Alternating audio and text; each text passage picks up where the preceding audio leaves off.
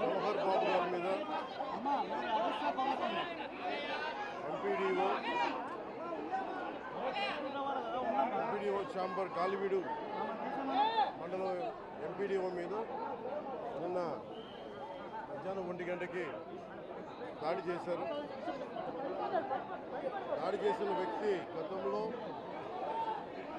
Lawyer, గతంలో ఈయన AP state లా prosecution ఆఫీసర్గా పనిచేసిన వ్యక్తి, లా తెలిసిన వ్యక్తి. వీళ్ళ అమ్మగారు మండల అధ్యక్షులు, మండల ప్రజా పరిషత్ ఆఫీస్లో ఆవిడకి మనకి పర్మిషన్ ఉంది. సో నేను ఎంపీడీఓ దగ్గరికి వచ్చి మాకు తాళాలు కావాల రూమ్ కంటే ఎంపీడీఓ మన జవహర్ బాబు గారు అని చెప్పారు. అది ఎవరైతే డెసిగ్నేటెడ్ వ్యక్తి ఉన్నారో వారికి వేస్తారు కానీ వాడి కుటుంబ సభ్యులకి ఇవ్వమంటే ఆయనతో పాటు దాదాపు 11 మంది 15 మంది దాకా అనుచరులు వచ్చి ఆయన మీద దాడి చేశారు. ఆయన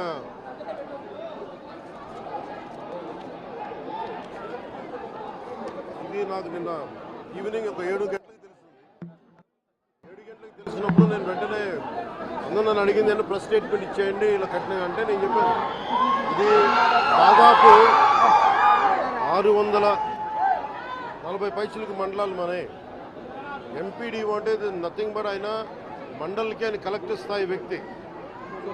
అలాంటి మండలానికి సంబంధించి మొత్తం ఆయనే ఇన్ఛార్జ్ దాన్ని, డెవలప్మెంటల్ ఆఫీసర్ ఆయన. అలాంటి వ్యక్తి మీద రూమ్ని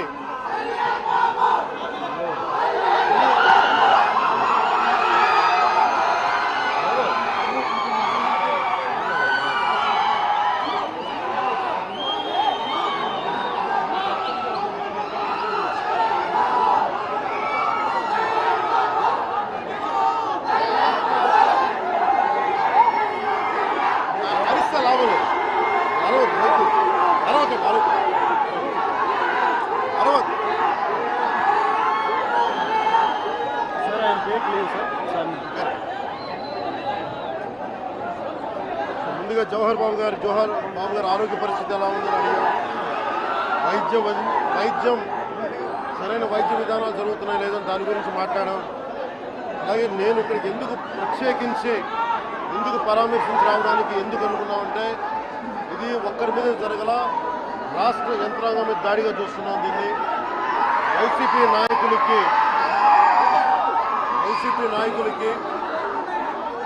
11 సీట్లకు ప్రజలు పరిమితం చేసినా కానీ ఇంకా అహంకారం చావాలా.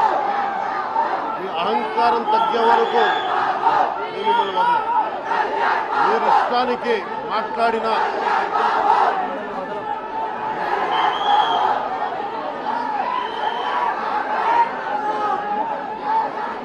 అహంకారంతో కొట్టుకొని మీరు ఈ పరిస్థితికి వచ్చారు. ఇది ఈ వ్యక్తి మీదే కాదు, గత కాలివీడు మండలం సంబంధించి గతంలో కూడా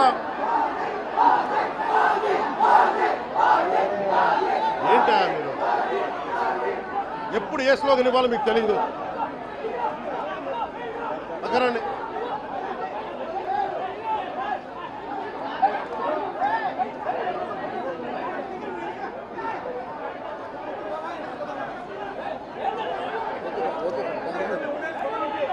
జల్లా సుదర్శన్ రెడ్డి గారు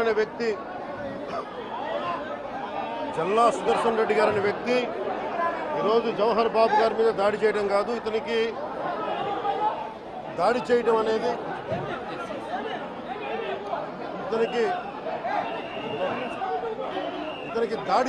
కొత్త కాదు. జల్లా సుదర్శన్ రెడ్డి గారికి గతంలో కూడా ఈయన ఇదే ఎంపీడీఓలో ఈ ప్రతాప్ గారి మీద దాడి చేశారు, శేఖర్ నాయక్ గారి మీద దాడి చేశారు, అలాగే శ్రీనివాసులు రెడ్డి గారి మీద దాడి చేశారు. ఇది వీళ్ళ రాజ్యాలు అనుకుంటా ఉన్నారు. ఇష్టానికి మేము చేసుకోవచ్చు. జవహర్ బాబు గారు కూడా చెప్పింది ఏంటంటే రూమ్ తాళాలు అడిగారు, అది మీ అమ్మగారికి ఇస్తాం, అది ఆవిడ మండల పరిషత్తు ఆవిడకి పదవి ఉంది కాబట్టి వాళ్ళ పిల్లలకి ఇవ్వమంటే ఎందుకు ఇవ్వం అని చెప్పి వాళ్ళ మనుషులు దాడి చేసి అమానుషంగా కొట్టారు. ఆయనకి హై బీపీ ఉన్న వ్యక్తి, హార్ట్ ప్రాబ్లం ఉన్న వ్యక్తి, పైగా కూర్చోబెట్టి కులాన్ని దూషించడం, దీనికి వీళ్ళ అహంకారానికి కులం ఏం లేదా. ఎవరైనా సరే, శ్రీనివాసరెడ్డి గారు కావచ్చు, శేఖర్ నాయక్ గారు కావచ్చు, ప్రతాప్ గారు కావచ్చు, జవహర్ గారు కావచ్చు, ఎవరి మీదైనా సరే వాళ్ళకి ఆధిపత్యానికి అడ్డుకుంటే మటుకు వీళ్ళకి ఇదే. నేను వీళ్ళందరికీ ఇదే చెప్తున్నాను మీకు. ఇది గత ప్రభుత్వంలా కాదు. ఇది ఇష్టారాజ్యంగా చేస్తాం మేము కూర్చున్న వ్యక్తులం కాదు. మేము సాక్షాత్తు నేనే ఉప ముఖ్యమంత్రిగా ఉండి నేను తప్పు చేసినా శిక్ష పడాలి అని చెప్పి అసెంబ్లీలో చెప్పిన వాడిని. అలాంటిది మీరు ఇష్టారాజ్యంగా కూర్చొని అధికార విధులు నిర్వహిస్తున్న వాళ్ళ మీద దాడి చేస్తే ఏమాత్రం ఉపేక్షించాం. ఎస్పీ గారికి చెప్పాం, కలెక్టర్ గారు దృష్టికి తీసుకొచ్చాం. కలెక్టర్ గారు కూడా ఇదే చెప్పారు. నిన్న కొట్టగానే వెంటనే ఆయన విజయవాడలో ఉంటే ఆయన దృష్టికి తీసుకొస్తే వెంటనే ఎస్ఐని కానిస్టేబుల్స్ని పంపించిన సమస్య సాగల. అదనపు బలగాలతో సిఐతో వెళ్తే తప్ప పరిస్థితి కంట్రోల్లోకి రాలా. ఎలా కొట్టారంటే లోపల గడిపెట్టి మరి ఎవరిని రానివ్వకుండా గడిపెట్టి మరి ఆయన అమానుషంగా దాడి చేశారు. నువ్వు ఎలా వస్తావు ఇక్కడికి? ఎవరో వీళ్ళు చెప్పిన మాటలకి తొత్తులు కావాలి వీళ్ళకి. ఈ రోజున నా దృష్టిలోకి వచ్చింది, ఇది మొదటిసారి కాదు. గతంలో ప్రతాప్ గారి మీద దాడి చేశారు, శేఖర్ నాయక్ గారి మీద దాడి చేశారు, శ్రీనివాసరెడ్డి గారి మీద దాడి చేశారు. వీళ్ళకి కులం ఎక్కువ తక్కువ లేదు. వీళ్ళకి అహంకారం నడినెత్తి మీదకి వచ్చి కొట్టుకుంటా ఉంది. అహంకారం తీస్తాం, తోలు తీసి కింద కూర్చోబెడతాం. మీకు ఒళ్ళు ఒక్కొక్కళ్ళకి మీకు ఎక్కడెక్కడ ఉన్నాయో తెలియట్లా. మీకు అహంకారాలు పెరిగిపోయినాయి. మీకు ఆధిపత్యపు అహంకారంతో అధికారుల మీద దాడి చేస్తే మిమ్మల్ని ఎలా తీసుకెళ్లాలో, ఎలాంటి శిక్ష పడాలో మీకు ఖచ్చితంగా చేసి పెడతాం. మీకు ఇష్టారాజ్యంగా చేయకండి. అహంకారంతో నడినెత్తి మీద కళ్ళు నెత్తికెక్కాయి మీకు. ఈ ప్రభుత్వం చాలా త్రికరణ శుద్ధిగా అందరం కూర్చొని మేము కలిసికట్టుగా ఉన్నాం ఇక్కడ. ఇది కూటమి ప్రభుత్వం, ఇది వైసీపీ ప్రభుత్వం కాదు. ఇది ఇష్టారాజ్యంగా మీరు చేస్తారంటే కామ్గా కూర్చునే ప్రభుత్వం కాదు. మీకు ఎలా చేస్తే, ఎలా నియంత్రిస్తే మీకు కిందకు వస్తారో మేము చేస్తాం. మీరు గాల్లో విహరిస్తూ ఉన్నారు. 11 సీట్లు వచ్చిన ఇంకా గాల్లో విహరిస్తున్నారు. మొత్తం మీకు ఎలా కిందకి దించాలో మాకు బాగా తెలుసు, చేసి చూపిస్తాం.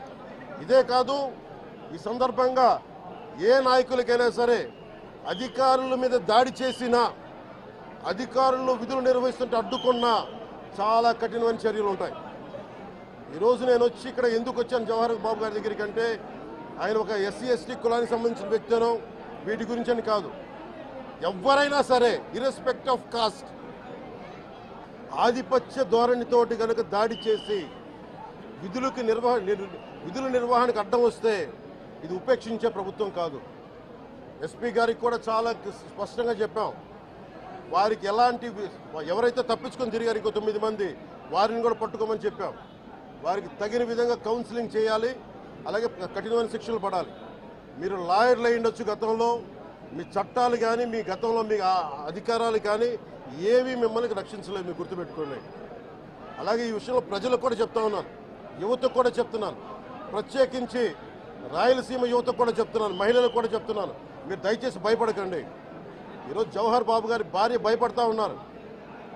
మీరు మాట్లాడితే కూర్చొని వాళ్ళ నాయకుడు కూడా మీరు కూర్చొని ముందు ఇవి కరెక్ట్ చేయండి, ఇలాంటివి కరెక్ట్ చేయండి, మీ పార్టీ వర్గాలను మీరు నియంత్రించుకోండి. 11 సీట్లు వచ్చినా ఇంకా మీరు దాడులు చేస్తూ ఉంటే మటుకు ఉపేక్షించే ప్రభుత్వం కాదు ఇది. అలాగే ముఖ్యంగా రాయలసీమ యువతకు చెప్తున్నాను, ఇలాంటి తప్పులు జరిగినప్పుడు, ఆధిపత్య అహంకారంతో దాడులు చేస్తున్నప్పుడు నిజంగా మీరు ఎదుర్కోండి, మేము అండగా ఉన్నాం మీకు. నాయకులకు కూడా భయపడకుండా మీరు ఎదుర్కోండి, నిలువరించండి వీళ్ళని, భయపడకండి. మీరు ఇలా భయపడే ఈ రోజున ఒక ఎస్సీ అధికారి జవహర్ బాబు గారి మీద దాడి చేసి కులం పేరుతో దూషించారు. అన్ని రకాలు నువ్వు ఎలా తిరుగుతావో చెప్పి దూషించారు. నువ్వు వెళ్ళి రిటైర్ అని నేను చంపేస్తావని చెప్పి బెదిరిస్తూ ఉన్నారు. ఇవన్నీ సాక్కూడదంటే కేవలం ఇది పోలీసు ప్రభుత్వాలే కాదు, దీనికి ప్రజలు కూడా దీనికి స్పందించాలి. ఓట్లేసి మన పని అయిపోయిందంటే కదా, ఇలాంటి వాటికి మీరు బయటకు వచ్చి మాట్లాడాలి. భవిష్యత్తులో ఇలాంటి నాయకులు మళ్ళీ ఎన్నికల్లో పాల్గొనాలంటే కూడా వాళ్ళకి భయం రావాలి. మీరు ఆ స్థితిలో ప్రజలు కూడా దీనికి అప్రమత్తంగా మీరు కూడా దీనికి బాధ్యత వహించండి. ప్రభుత్వం మీకు అండగా ఉంటుంది. అలాగే జవహర్ బాబు గారి భార్య ఒకటే భయపడుతూ ఉన్నారు, అయ్యా మేము నిస్సహాయతలో ఉండేవాళ్ళం, మేము ఎస్సీ మాల కులానికి చెందిన వాళ్ళం, మాకు భయాలు వేస్తున్నాయి, మాకు ఎవరు లేరు మాకు అండగా ఉంటే వాళ్ళకి ఇదే చెప్తున్నాను. మేము భరోసా ఇస్తున్నాం. పక్కనే కలెక్టర్ గారు ఉన్నారు, ఎస్పీ గారు ఉన్నారు, ఎమ్మెల్యే గారు ఉన్నారు, మిగతా జిల్లా సంబంధించిన నాయకులందరూ ఎమ్మెల్యేస్ ఉన్నారు, నాయకులు ఉన్నారు. మేము అందరి తరఫున మాటిస్తున్నాం. మీకు ఏ మాత్రం ప్రాణ భద్రతకి ఏమైనా ముప్పు కలిగినా మేమందరం మీకు అండగా ఉంటాం, కఠినమైన శిక్షలు తీసుకుంటాం అని మీకు భరోసా ఇవ్వడం జరిగింది వాళ్ళు. అలాగే డాక్టర్స్ని అడిగాను, వాళ్ళు చాలా లోపల కొట్టేశారు మొత్తం. పాప ఆయన బాగలేదు, ఆరోగ్యం బాగలేదు. అన్నిటికంటే కూడా ఒక ఎంపీడీఓ అంటే ఒక మండలానికి ఉన్నతాధికారి ఆయన, ఒక ఎస్పీ, ఆయన ఆ మండలానికి ఆయన ఒక కలెక్టర్ స్థాయి వ్యక్తి. అలాంటి వ్యక్తిని కూర్చొని దుర్భాషలాడుతూ, బూతులు తిడుతూ, కులం పేరు మీద దూషిస్తూ ఇది కూర్చోబెట్టి ఇది ఒక పరిపాటి అయిపోయింది. ఇది ఇక్కడితో ఆగాలి. ముఖ్యంగా రాయలసీమ ఎక్కడైతే ఉందో మీకు ఇలాంటి ఆధిపత్యపు ధోరణి ఉందో దీన్ని అందరూ సమిష్టిగా ఎదురు తిరగాలని మనస్ఫూర్తిగా నేను ఆకాంక్షిస్తున్నాను. మీరు కూడా పాల్పంచుకోమని కోరుకున్నా. అలాగే చాలా స్పష్టమైన ఆదేశాలు ఇచ్చాం. పోలీసు ఉన్నతాధికారులకు కానీ కలెక్టర్ గారికి కానీ ఎమ్మెల్యే గారికి మొత్తం అందరం కూడా సమిష్టిగా ఒకటే నిర్ణయం తీసుకుని ఇలాంటి భవిష్యత్తులో రాకుండా పునరావృతం కాకుండా ఉండాలని మనస్ఫూర్తిగా మేమందరం నిలబడి ఉన్న ఈ మాట మీద. అందుకని తెలియజేసుకుంటూ ఇప్పుడు గాలివీడు మండలంకి వెళ్ళి ఎలా జరిగింది వీటి మీద నేను అక్కడ మాట్లాడుతూ ఉన్నాను. అది కూడా కలెక్టర్ నా దృష్టికి తీసుకొచ్చారు ఇందాక దారిలో. నాగేంద్ర అని ఒక రైతు దాదాపు 3 ఆయన కుటుంబ సభ్యులు బిడ్డలతో సహా భార్యను కూడా ఒక్క నిమిషం సంబంధం ఇది నా దృష్టికి దిగ్గని చెప్పారు నాకు. ఇది 2 అంశాలుగా మేము చర్చిస్తున్నాం. దీన్ని దాని ఇన్వెస్టిగేషన్ జరుగుతూ ఉంది. ఒకటి, అంతకు ముందు రోజే మ్యూటేషన్ మీద మేము తిరిగి ఆయన పొలం ఆయనకు వచ్చేస్తుంది, ఆయన ఎవరి దగ్గర అప్పు తీసుకున్నారంట. ఆ సదరు వ్యక్తి దగ్గర తిరిగి ఆయన మీద రాయించుకోవడానికి ఆయన మ్యూటేషన్ కూడా జరిగింది. అంటే దాని అర్థం ఏంటంటే అప్పు తీర్చడానికి సంసిద్ధంగా ఉన్నారు, ఆయన దగ్గర డబ్బులు ఉన్నాయని అర్థం. ఈ పరిస్థితి ఆయన చీనీ తోటలోనే ఉరి తీసుకున్నారని చెప్పారు. చీనీ తోట కూడా కాపుకి వచ్చింది. అలాగే కొర్రల పంట వేశారు. ఆ కొర్రల పంట కూడా మొన్న హార్వెస్ట్ అయింది, దాన్ని కూడా దిగుబడి వచ్చింది, దాన్ని కూడా అమ్మేశారు. మరి ఇలాంటి పరిస్థితులు ఎందుకు జరిగిందనేది మన కలెక్టర్ ఇందాక చెప్తా ఉన్నాను, శ్రీధర్ గారు చెప్తా ఉన్నాను.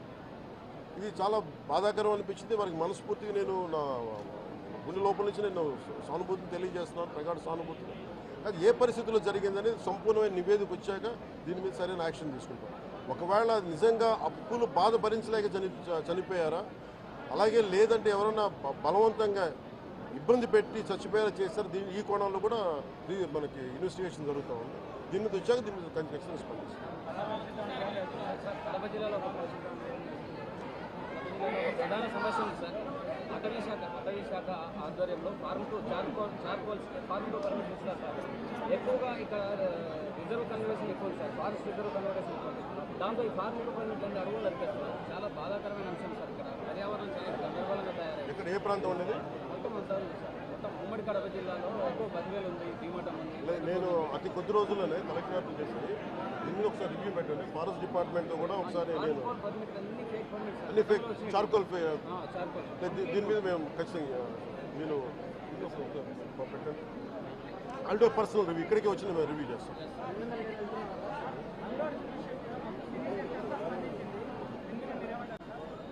రెలవెంట్ ఇక్కడ మనుషులు చచ్చిపోయి సినిమాల గురించి మాట్లాడారు. కొంచెం పెద్ద మనుషులు,